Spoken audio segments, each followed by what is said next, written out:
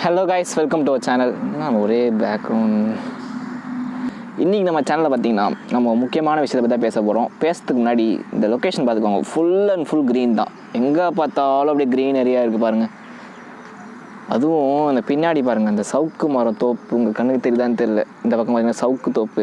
இதை நான் நீங்கள் கேமராவில் எப்படி தெரியல, நேரில் பார்த்தா செம்மையாக இருக்குது, வேறு லெவலாக இருக்குது பார்க்குறதுக்கு. அங்கே போகணும் ஆசையாக இருக்குது. அவங்க போக முடிஞ்சால் போயிட்டு ஒரு வீடியோ பண்ணலாம். நமக்கு எல்லாருக்குமே ஒரு பயம் இருக்கும், பைக்கில் ஃபுல் டேங்க் பண்ணக்கூடாதுன்றாங்க. ஃபுல் டேங்க் பண்ணால் ஃபயர் ஆகுது, டேங்க் வெடிக்குது அப்படின்றாங்க. நிறையா ஃபியூல் ஸ்டேஷனில் பார்த்திங்கன்னா பெட்ரோல் ஃபயர் ஆகிற மாதிரிலாம் வீடியோஸ் இப்போ அதிகமாக ட்ரெண்டிங் ஆகிட்டுருக்கு. ஓகே, ஃபஸ்ட்டு பார்த்திங்கன்னா ஒரு பைக்கோ இல்லை ஒரு காரோ ஃபயர் ஆகிறதுக்கு முக்கியமான 4 ரீசன். ஒன்று பார்த்திங்கன்னா எலக்ட்ரிக்கல் சப்ளை எங்கேயும் லீக்கேஜ் இருந்துச்சுன்னா அது மூலிமா ஃபயர் ஆகும்.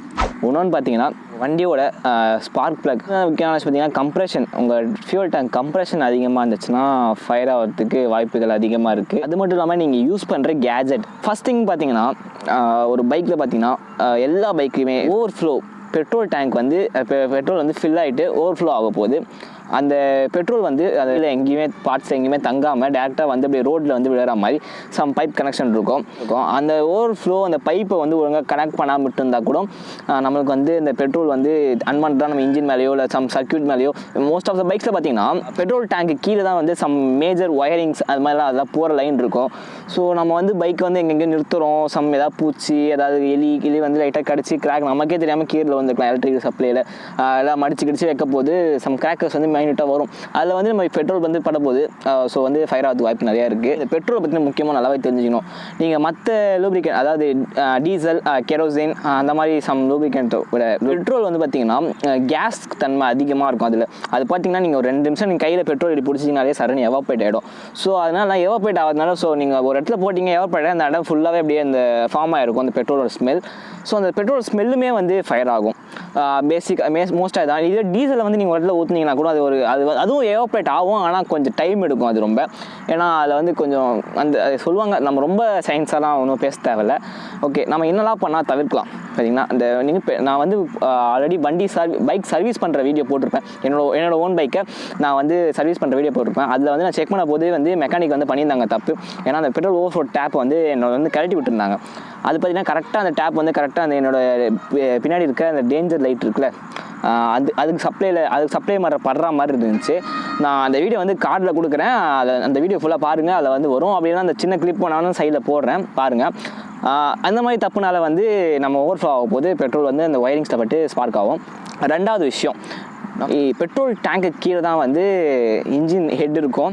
அதில் தான் பார்த்திங்கன்னா ஸ்பார்க் பிளக் போகிற ஒயர் இருக்கும். சிடிஐ யூனிட், இக்னிஷன் காயில் எல்லாமே இன்ஜின் பெட்ரோல் டேங்க் கீழேயும் இன்ஜின் ஹெட்டுக்கு மேலேயும் தான் இருக்கும். ஸோ நம்ம பெட்ரோல் ஓவர்ஃப்ளோ ஆக போது டேங்க் வழியாக அப்படி பெட்ரோல் இப்படி சைடில் ஸ்லோப்பாக வழிஞ்சு போவோம். அப்படி போயிட்டு நம்ம ஸ்ட்ரெயிட்டாக பார்த்திங்கன்னா இன்ஜின் ஹெட்லேயும் இல்லை ஸ்பார்க் பிளக் மேலேயும் அந்த பெட்ரோல் பட்டுரும். ஸ்பார்க் பிளக் பார்த்திங்கன்னா நார்மலாக நம்ம புது ஸ்பார்க் பிளக் அந்த ஒயரில் நம்மளுக்கு ஷாக்கில் அது வராது. மேக்ஸிமம் அவுட்டரில் சில சீலாக இருக்கும்.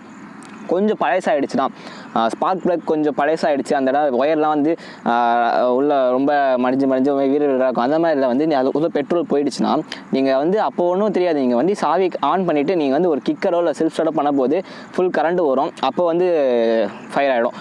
நீங்கள் நார்மலாக செக் பண்ணி பார்த்தீங்கன்னா இப்போ என் வண்டி எடுத்துக்கோங்க. என் வண்டியில் ஸ்பார்க் பிளக் அந்த ஒயர் கரண்ட் போகிற ஒயர் வீக்காக தான் இருக்குது. நான் கையை பிடிச்சிட்டு கையில் அந்த ஒயரை எஜ்ஜில் பிடிச்சிக்கிட்டு நான் கிக்கர் ப்ரெஸ் பண்ணாலுமே எனக்கு அந்த எர்த்து ஃபீல் ஆகும். அந்த கரண்ட் அடிக்கும் சொல்லுவாங்க பார்த்தீங்களா, அது எனக்கு ஃபீல் ஆகும். நீங்கள் உங்கள் பைக்கில் நீங்கள் அந்த கரெக்டாக ஸ்பார்க் பிளக் அந்த ஒயர் மேலே கை வச்சுட்டு நீங்கள் கிக் பண்ணி பாருங்கள். கொஞ்சம் பழைய பைக்காக கிக் பண்ணி பாருங்கள். அந்த கண்டிப்பாக அதில் ஸ்பார்க் ஆகும். ஸோ இதில் நம்ம முக்கியமாக கேர்ஃபுல்லாக இருக்கணும். முக்கியமாக ஏன்னா பெட்ரோல் ஓவர்ஃப்ளோ ஆகி அதில் பட்டால் தான் பொதுவாக பெட்ரோல் ஈஸியாக எரியும். அது ஈஸியாக எரி வைக்கக்கூடிய எந்த ஒரு பொருள் மேலேயும் பட்டால் கண்டிப்பாக எரியும். ஸோ இந்த கரண்ட்டு இந்த ஹீட்டு அதெல்லாம் பெட்ரோல் ஈஸியாக எரிய வச்சிடும். அதெல்லாம் தவிர்த்தாலே நமக்கு பெட்ரோல் பைக் ஃபயர் ஆகுது, வெஹிக்கிள் ஃபயர் ஆகுது தடுத்துடலாம். 3rd மோஸ்ட் இம்பார்ட்டன்ட் திங்னா பார்த்தீங்கன்னா கம்ப்ரெஷன். எப்பவுமே பார்த்தீங்கன்னா நம்மளை சுற்றி ஒரு கம்ப்ரெஷன் தான் இருக்கும். நீங்கள் ஒரு வாட்டர் பாட்டிலில் தண்ணி பிடிச்சாலும் தெரியும், ஒரு ஸ்ப்ரைட் பாட்டில் உதாரணத்துக்கு எக்ஸாம்பிள் எடுத்துக்கலாம். நீங்கள் ஒரு ஸ்ப்ரைட் பாட்டில் வாங்கிக்கோங்க. அதை நீங்கள் நார்மலாக நீங்கள் வெயிலில் வச்சா ஹீட்லாம் கூலிங் இல்லாமல் வச்சா அது ஒரு கம்ப்ரெஷன் இருக்கும். அது ஒன்றுமே இருக்காது. நீங்கள் ஓப்பன் பண்ணி குடிச்சா ஒன்றுமே இருக்காது. இல்லை இதுவே நீங்கள் கூலிங்கில் வச்சுட்டு குடிச்சிங்கன்னா அது ஓப்பன் பண்ண டொப்புன்னு சவுண்ட் வரும். அதோட கம்ப்ரெஷன் வேறு. அது வந்து கூலிங்கில் இருக்கும் போது அந்த கேஸ்லாம் வந்து நல்லா ஃபார்ம் ஆகி நம்ம இருக்கும். அதே மாதிரி தான் ஃபியூல் டேங்க்கும் நார்மலாக கூலிங்கில் இருக்கும் போது வந்து ஃபியூல் அந்த கம்ப்ரெஷன் வந்து ஓரளவு கம்மியாக தான் இருக்கும். நீங்கள் வந்து ஒரு ஹீட் வெயிலில் போயிட்டு இருக்கும்போது ஃபியூல் டேங்க்கில் வந்து நம்மள அறியாமலே அந்த மூவிங்கில் ஃபியூல் ஆட போது கம்ப்ரெஷன் வந்து உள்ளே கொஞ்சம் அதிகமாக ஏற்படும். அதுக்கு வந்து பார்த்திங்கன்னா அதனால் ஒரு ப்ராப்ளமே ஆகாது உங்களுக்கு. அதனால் ஒரு ப்ராப்ளமே ஆகாது. பட் இருந்தாலும் நீங்கள் வந்து அந்த பெட்ரோல் வந்து பார்த்திங்கன்னா ஒரு சில பேர் அப்படியே தழும்பு போடுவாங்க. அந்த நாப் கொடுத்துருப்பாங்க, உங்கள் பெட்ரோல் லிமிட் இவ்வளோ தான் போகணும்னு சொல்லிட்டு பைக்கில் வந்து கம்மியாக கொடுத்துருப்பாங்க. அதையும் மீறி தழும்ப வந்து அந்த மூடி ரொம்ப கீழே வழியில் வரைக்கும் போடணும்னு சொல்லி போடுவாங்க. ஏன்னா நம்ம பொதுவாக பார்த்திங்கன்னா நம்ம பெட்ரோலுக்கு வந்து அது வந்து மூவ் ஆகிறதுக்கு கொஞ்சமாச்சும் உள்ள வந்து பெட்ரோல் டேங்கில் ஸ்பேஸ் இருக்கணும். அதை விட்டுட்டு நம்ம வந்து அது மூவ் ஆகிறதுக்கு இடம் இல்லாமல் ஃபுல்லாக போட்டுருந்தோம்னா நம்ம வந்து பெட்ரோல் ஃபில் பண்ணுறது பிரச்சனை இல்லை. நீங்கள் போயிட்டே இருக்க போது ஒரு ஸ்பீட் பிரேக்லையோ இல்லை வேகமாக ஏற்றி நீங்கள் கீழே போடும்போது உள்ளே வந்து கம்ப்ரெஷன் ஒரு அளவுக்கு அதிகமான கேஸை வந்து ஒரு இடத்துல ஃபில் பண்ணி வச்சுட்டு நீங்கள் வந்து இருக்கணும் அப்படி சொன்னால் எப்படி இருக்க முடியும்? அது வெடிச்சு வெளில வரதான் செய்யும்.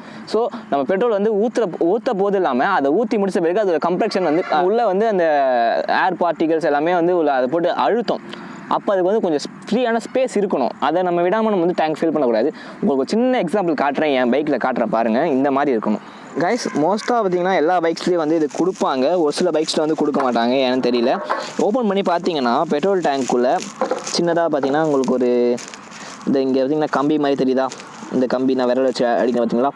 இந்த கம்பிக்கு மேலே வந்து இந்த கம்பிக்கு மேலே வந்து பெட்ரோல் வரக்கூடாது. அதுக்குள்ளேயே தான் பெட்ரோல் இருக்கணும்.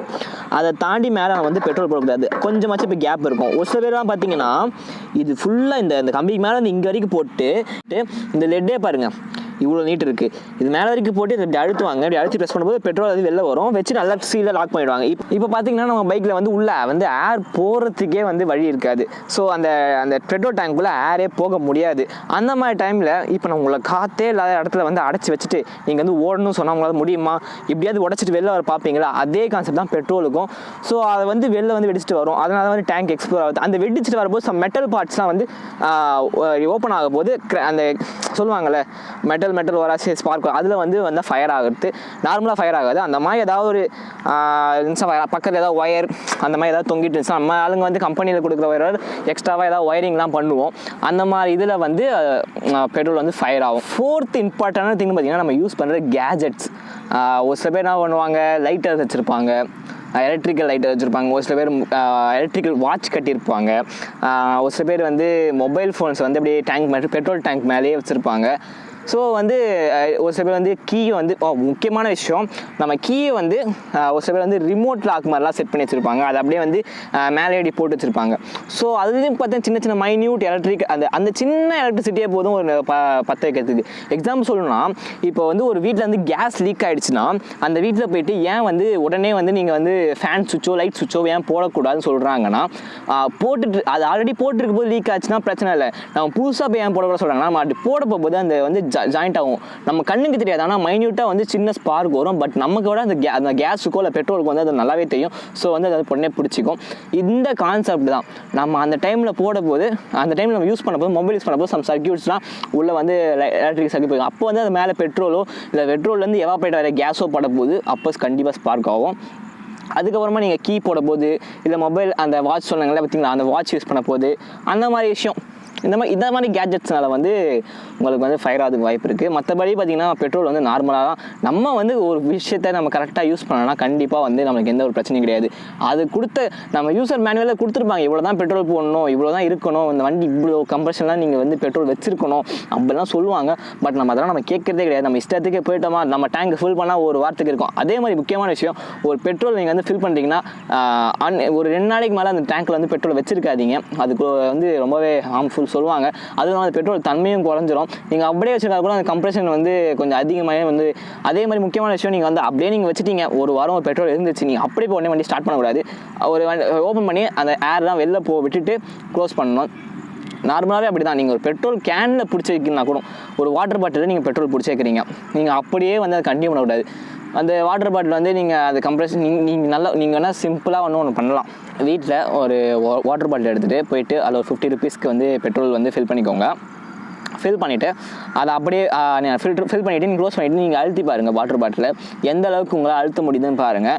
அதே நீங்கள் வந்து ஜஸ்ட் ஒரு 10 மினிட்ஸோ ஒரு 15 மினிட்ஸ் வச்சுட்டு கொஞ்சம் சேஃபான இடமா தள்ளி கை வச்சுட்டு மறுபடியும் அதை வந்து அழுத்தி பாருங்கள். உங்களால் எவ்வளோ தூரம் அழுத்த முடியும் பாருங்கள். கொஞ்சம் எப்பயுமே ஓப்பனாக சொல்கிறேன், முன்னாடி விட அது வந்து கொஞ்சம் கேன் வந்து கல்மாயிடும். ஸோ என்ன நடந்திருக்குன்னா பெட்ரோல் வந்து கொஞ்சம் லைட்டாக எவாபரேட் ஆகி அது உள்ள கம்ப்ரெஷன் ஒரு அழுத்தம் வந்து உள்ளே இருக்குது. ஸோ இது ரொம்பவே டேஞ்சரஸ். இது வந்து நம்ம கண்டினியூ ரொம்ப நேரம் வச்சுட்டு நம்ம வந்து லைட்டாக ஓப்பன் பண்ணும்போது டப்புன்னு வெடிக்கிறது கூட வாய்ப்பு இருக்குது. நிறைய பேர் வந்து இப்போ புதுசாக பைக் வந்து கம்ப்ளைண்ட்ஸ் பண்ணுறாங்க. ஏன்னா நான் ரீசெண்டாக ஒரு யூடியூபர் கூட சொல்லியிருந்தாரு, பெட்ரோல் டேங்க் வந்து ஓப்பன் பண்ண போது உள்ளே இருந்து கேஸ் வந்து அடிக்குது, கம்ப்ரெஷன் வந்து அடிக்குது சொல்லிட்டு இருந்தார். பட் அது வந்து அவர் மேலே தப்பு கிடையாது, பைக் மேலேயும் தப்பு கிடையாது. பார்த்தீங்கன்னா அதான் நான் சொன்னேனே, இந்த கான்செப்ட் தான் நார்மலாக எல்லாமே நடக்கிறது தான். பெட்ரோல் வந்து அதிகமாக ஒரு ஆஃப் டேங்க் உள்ளே இருக்குது. ஸோ வந்து கம்ப்ரெஷன் ஆகும்போது ஓப்பன் பண்ண போது நம்ம ப்ரப்புன்னு வந்து மேலே அடிக்குது. பட் அதில் வந்து அவ்வளோ ஒன்றும் பெரிய விஷயம்லாம் கிடையாது. ஏன்னா ஃபியூல் இன்ஜெக்டர் பைக்கில் எல்லாமே அப்படி தான், ஒரு கம்ப்ரெஷன் வந்து எப்பவுமே உள்ளே இருந்துகிட்டு தான் இருக்கணும். ஆனால் ரொம்ப அதிகமாக இருக்கக்கூடாது. சம் ஈஸி எரர் இருந்துச்சுன்னா கம்ப்ரெஷன் வந்து கொஞ்சம் அதிகமாகவே உள்ளே இருக்கும். ஸோ அதை வந்து பார்த்து சரி பண்ணாலும் சரியாயிடும். ஸோ அவ்வளோதான் கைஸ், இந்த வீடியோ வந்து உங்களுக்கு பிடிச்சிருக்குன்னு நினைக்கிறேன். பிடிச்சிருந்தால் மறக்காமல் சப்ஸ்கிரைப் பண்ணிவிடுங்க, பெல் ஐக்கனை ப்ரெஸ் பண்ணிடுங்க, முக்கியமாக கமெண்ட் பண்ணுங்கள். அதுக்கப்புறம் நோட்டிஃபிகேஷன் பெல்லை ப்ரெஸ் பண்ணிவிடுங்க. நான் கீழே போட்டிருக்க நான் டிஸ்கிரிப்ஷனில் என்னோட இன்ஸ்டாகிராம் ஐடி கொடுக்குறேன், அதை போய் ஃபாலோ பண்ணிவிடுங்க.